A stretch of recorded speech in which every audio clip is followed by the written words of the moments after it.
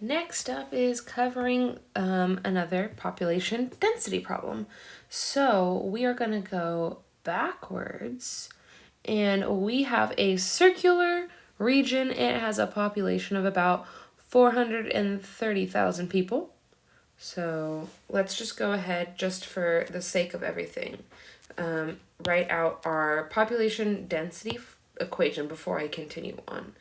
So we've got population density equals the number of people over the area. I'm just going to leave it shorthand as area. It's the area of the land that we're covering, but in this case, we see that it's a circular region. So that means we're going to be finding the area of a circle is what we're going to be using. What we know is we have 430,000 people. So that's going to go in the number of people slot. And we know the population density, which is actually over here. So this is a different setup. 5,475 people per square mile. We need to find the radius. How do we find the radius? Well, the area is found by pi r squared.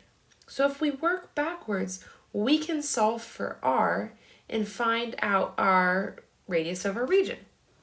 It's kind of tricky, but kind of cool. So the first things we're going to do, you can either multiply both sides by pi r squared or cross multiply. Technically, those are the same exact thing. So pi r squared times 5,475 equals 430,000 divide by 5,475 if I can write properly on both sides. That gives us pi r squared is equivalent. Oh, goodness gracious. Let's see. 430,5475.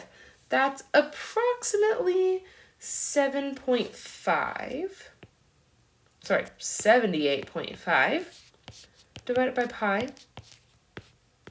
And this we are going to find the decimal for.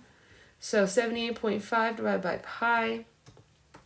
Once again, we're going to be rounding again. So we're kind of getting further away from the answer, but thankfully we're going to be able to round at the end. This gives us, let's see, I'll rewrite r squared equals 24.987. So basically 25, square root it, well, our radius is approximately 5 miles.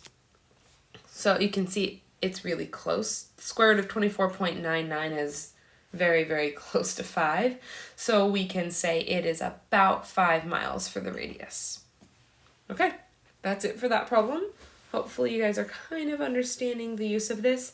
If not, take a second, see where you're lost, go back and work through it.